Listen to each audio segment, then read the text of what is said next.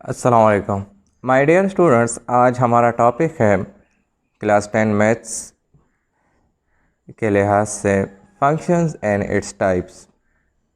सबसे पहले हम फंक्शन को डिस्कस करेंगे। हमने दो सेट्स लिए हैं, set A 1 2, set B A B C. सबसे पहले हम कार्टेशियन प्रोडक्ट मालूम करेंगे। कार्टेशियन प्रोडक्ट मीन्स अगर हमें ए क्रॉस बी कहा जाए तो ए को हम पहले कंसिडर करेंगे, बी को बाद के में कंसिडर करेंगे। अगर हमें बी क्रॉस ए कहा जाए तो हम बी को पहले कंसिडर करेंगे, ए को बाद में। इधर हम जो है ए क्रॉस बी मालूम करते हैं। कार्टेशियन प्रोडक्ट किसे कहते हैं? वन को इन तीनों के साथ पेयर कर लेंगे, ये हो जाएगा 1a 1b 1c। फिर इसी तरीके से 2 को सबके साथ पेयर कर लेंगे, 2a 2b 2c। फिर हम इससे रिलेशंस बना सकते हैं। रिलेशंस किसे कहते हैं? रिलेशन कहते हैं कि इस सेट के जितने भी सबसेट बन सकते हैं वो हमारे साथ रिलेशंस हो सकते हैं। इसके पॉसिबल रिलेशन मीन्स रिलेशन 1, हम इससे 1a को ले लें, ठीक है, तो ये सेट जो है इसका सबसेट हो गया, तो ये एक रिलेशन बन गया, ठीक है। R2 हम इससे लेट सपोज 2 ले लें, 2 ऑर्डर पेयर 1a, ठीक है, 1b, तो ये दूसरा रिलेशन हमारे साथ बन गया। लेट सपोज हम एक तीसरा रिलेशन बना सकते हैं, ठीक है, 1a 2b 2c, ठीक है। तो इससे हम जितने भी इसके सेट के ए क्रॉस बी जो सेट हैं इसके सबसेट बन सकते हैं वो हमारे साथ रिलेशंस में पॉसिबल रिलेशंस बनते हैं इसके। अभी हमारा टॉपिक जो है वो है फंक्शन। अभी फंक्शन, हर रिलेशन फंक्शन नहीं होता। फंक्शंस के लिए जो है कुछ चीज़ें जो है शराइत हैं, अगर वो फुलफ़िल हो जाए रिलेशन में तो वो रिलेशन फंक्शन कहलाएगा। Domain must be equal to first set. First set means जैसे ही स्टार्ट में मैंने आपको कहा कि ए क्रॉस बी में फर्स्ट सेट कौन सा है? ए है। लेकिन जब हम बी क्रॉस ए मालूम करेंगे तो फर्स्ट सेट कौन है? बी है। तो डोमेन, अच्छा सबसे पहले डोमेन भी जान लें। डोमेन किसे कहते हैं? ये ऑर्डर पेयर्स हैं हमारे साथ। इन ऑर्डर पेयर्स में जो फर्स्ट एलिमेंट बनता है, मतलब ये ऑर्डर पेयर है, इसमें फर्स्ट एलिमेंट क्या है? 1। इस ऑर्डर पेयर में फर्स्ट एलिमेंट कौन सा है? 2, ठीक है। तो ये हमारे साथ क्या है? डोमेन है। तो domain must be equal to first set of Cartesian product. जो कार्टेशियन प्रोडक्ट हमने मालूम किया है, फर्स्ट सेट के इक्वल होना चाहिए डोमेन को। दूसरा जो कंडीशन है फंक्शन के लिए वो क्या है? वो ये कि नो रिपीटिशन। डोमेन में रिपीटिशन नहीं होगी, ठीक है। रिपीटिशन, अगर रिपीटिशन हो गई तो फिर वो रिलेशन तो होगा लेकिन फंक्शन नहीं होगा। ये है कंडीशंस, ठीक है, कंडीशंस फॉर फंक्शन कि कौन सा रिलेशन फंक्शन में हम इसको शामिल करेंगे। अब आप देख लें ये इस रिलेशन को, फर्स्ट वाले को जो हमने लिया है। इधर हमारे साथ डोमेन क्या बनता है? डोमेन हमारे साथ बनता है 1, ठीक है। अभी ये not equal to first set है। फर्स्ट सेट क्या है? ए में हमारे साथ कितने एलिमेंट्स हैं? 2, 1 2। यहाँ पे क्या आ गया? 1। इट मीन्स कि डोमेन नॉट इक्वल टू ए। तो ये हमारे साथ ये रिलेशन तो हमारे साथ फंक्शन के कैटेगरी में शामिल नहीं। रिलेशन 2 को देख लें। 1 यहाँ पे भी डोमेन जो है 1 बनता है, तो इट्स नॉट इक्वल टू ए, तो ये भी इसमें शामिल नहीं। रिलेशन 3 को देख लें। यहाँ पे डोमेन जो है वो हमारे साथ क्या बनता है 1 2। डोमेन फर्स्ट कंडीशन तो सेटिस्फाई कर रहा है, डोमेन इक्वल्स टू ए, ठीक है, लेकिन रिपीटिशन है, there is repetition, there is repetition in domain. Domain में रिपीटिशन है, तो जब रिपीटिशन है डोमेन में तो ये भी हम फंक्शन के कैटेगरी में शामिल नहीं करते। लेट्स सपोज हम ऐसा रिलेशन यहाँ से बनाते हैं जो फंक्शन कहलाए, तो वो कैसा होगा आप देख लें। मिसाल के तौर पर, एग्ज़ाम्पल के तौर पर मैं यहाँ से रिलेशन बनाता हूँ, वो रिलेशन जो है वो फंक्शन के कैटेगरी में आएगा। तो हम एक रिलेशन बनाते हैं, R4 नाम देते हैं, यह हो जाएगा 1C, ठीक है, और दूसरा हो जाएगा 2B। अभी आप देख लें इस रिलेशन को। यहाँ पे डोमेन जो है वो हमारे साथ क्या बनता है 1 and 2, जो इक्वल्स टू ए सेट आ रहा है, और there is no repetition in domain. Domain में रिपीटिशन भी नहीं है। 2 शराइत हमने पढ़े थे, नो रिपीटिशन इन डोमेन। हमने 2 शराइत फंक्शन के लिए पढ़े थे, ठीक है, कि एक तो है डोमेन जो है वो फर्स्ट सेट, या यहाँ पे फर्स्ट सेट ए है, वो उसके बराबर होगा। दूसरा हमने ये पढ़ा कि डोमेन में रिपीटिशन नहीं होगा। तो यहाँ पे आप देख लें हमने रिलेशन लिख लिया, ठीक है, जिसमें डोमेन इक्वल्स टू ए भी आ रहा है और there is no repetition in domain. अभी जब फंक्शन एक रिलेशन फंक्शन के कैटेगरी में आ गया तो फिर फंक्शंस के कुछ टाइप्स भी हैं, types of functions, types of function. सबसे पहले इनटू फंक्शन।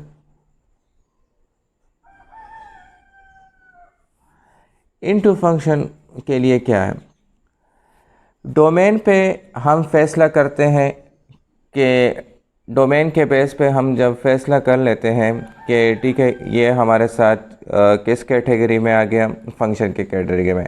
रेंज जो होता है ऑर्डर पेयर का जो सेकंड एलिमेंट होता है, इसके बेस पे हम टाइप्स जो है वो डिफ़ाइन करेंगे कि ये कौन सा टाइप है फंक्शन का। यहाँ पे हम एक रिलेशन लिखते हैं, जो एग्ज़ाम्पल हमने लिया है उससे। एक कार्टेशियन प्रोडक्ट से हम एक ऑर्डर पेयर जो है वो उठाते हैं। यहाँ पे देखते हैं ये कार्टेशियन प्रोडक्ट है हमारा, इससे एक ऑर्डर पेयर हम उठाते हैं 1B और दूसरा ऑर्डर पेयर हम उठाते हैं 2B। 1B and 2B। तो जैसे कि पहले भी आपको वजाहत कर चुके, एक्सप्लेन कर चुके कि ये हमारे साथ फंक्शन है, क्योंकि 1 2 हमारे साथ डोमेन बनता है। 1 2 डोमेन जब बनता है तो और इसमें रिपीटिशन भी नहीं है और जो डोमेन है वो इक्वल्स टू ए आ रहा है, तो ये तो फंक्शन हो गया। अभी ये इनटू फंक्शन है।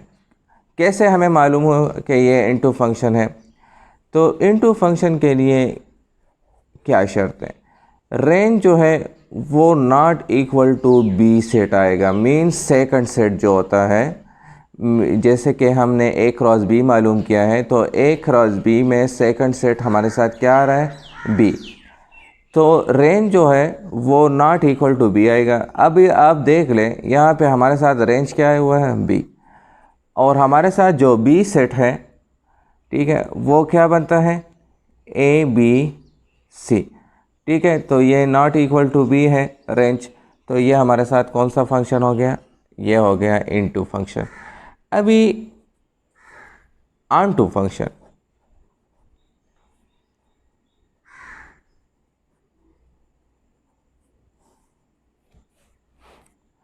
ऑन टू फंक्शन में रेंज जो है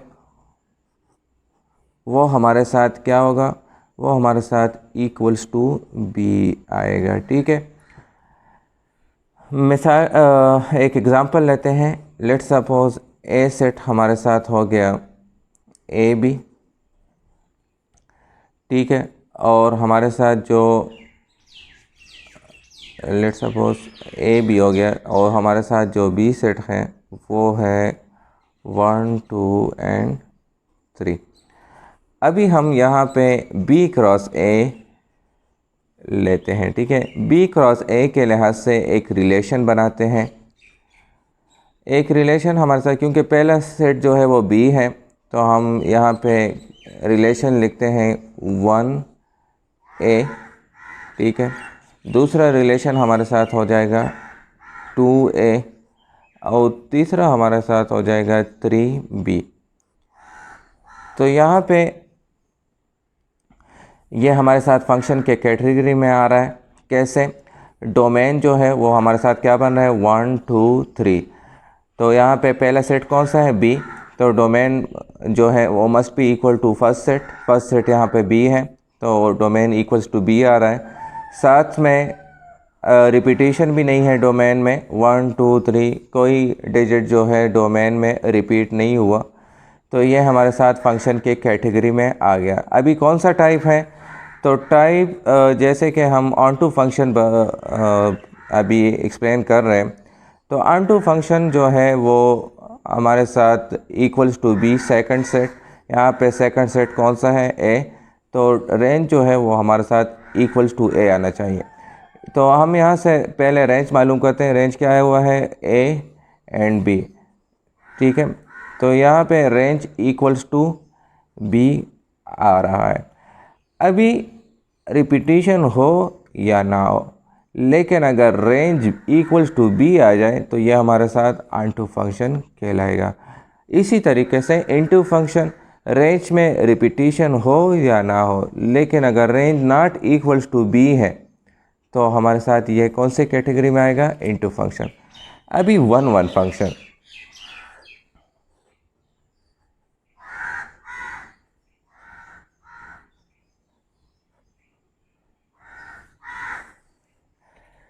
वन फंक्शन लेट्स सपोज हम यहाँ पे आपको एक्सप्लेन करते हैं डायग्राम के साथ।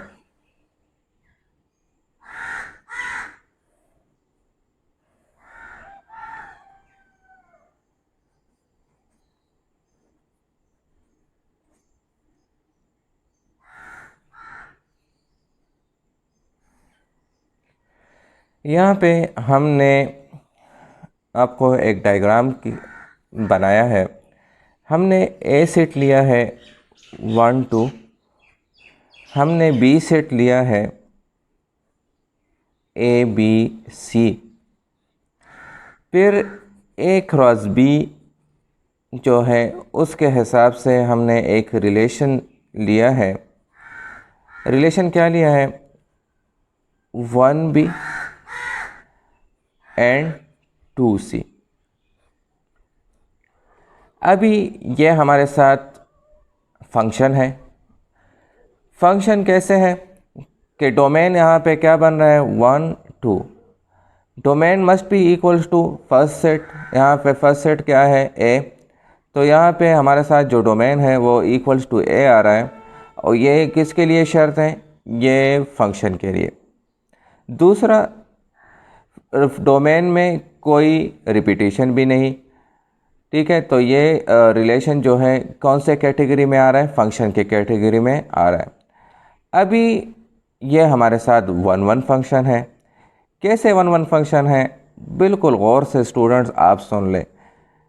जो पहला सेट होगा, मतलब कार्टेशियन प्रोडक्ट में जो सबसे पहला सेट है ए, उसके सारे एलिमेंट जो है वो सेट बी के अलग अलग एलिमेंट के साथ पेयर होने चाहिए। मतलब सेट ए में कोई ऐसा एलिमेंट ना रह जाए कि जिसने अलहदा किसी दूसरे एलिमेंट के साथ पेयर ना बनाया हो बी सेट में।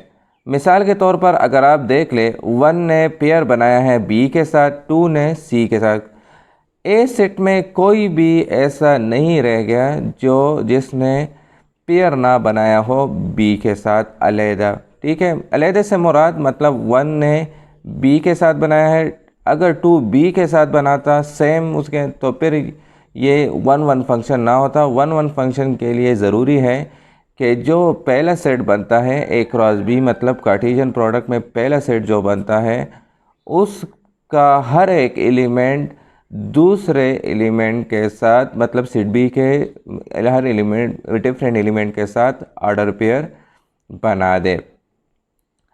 यहाँ पे आप देख लें बी में एक एलिमेंट रह गया तो 1-1 फंक्शन जो है उसमें ये ज़रूरी नहीं, अगर बी में कोई एलिमेंट रह भी जाए तो कोई मसला नहीं, लेकिन ज़रूरी बात जो है वो ये है कि सेट ए में कोई ऐसा एलिमेंट ना रह जाए कि जिसने बी के साथ ऑर्डर पेयर ना बनाया हो अलग अलग एलिमेंट के साथ। ठीक है, तो यहाँ पे ये हमारे साथ कौन सा कैटेगरी, क्योंकि यहाँ पे रेंज जो है हाँ हमारे साथ इक्वल्स टू क्या आ रहा है बी एंड सी, तो रेंज में कोई रिपीटिशन नहीं।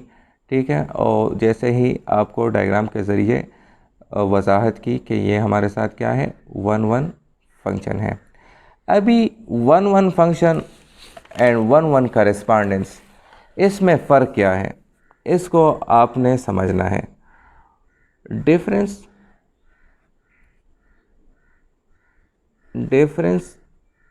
बिटवीन 1-1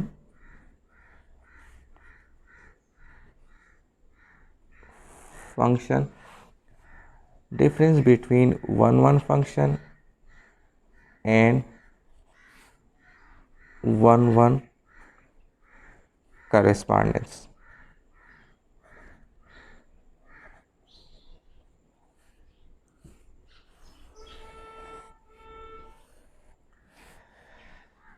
सपोज़ आप देख ले पिछले जो एग्ज़ाम्पल हमने 1-1 फंक्शन के लिए लिया वो था 1-2 और बी जो है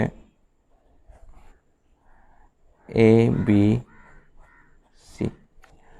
ये 1-1 फंक्शन के लिए हमने एग्ज़ाम्पल लिया है, यहाँ पे दोबारा डायग्राम बनाएंगे उसके ज़रिए आपको एक्सप्लेन करेंगे।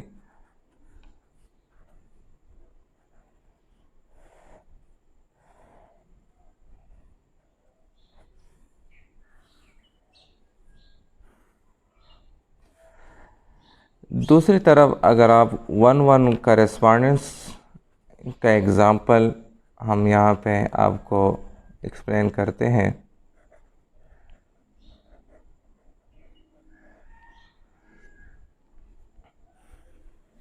लेट्स सपोज ए सेट हम लेते हैं 1 2 3 और यहाँ पे हम बी सेट लेते हैं ए बी सी।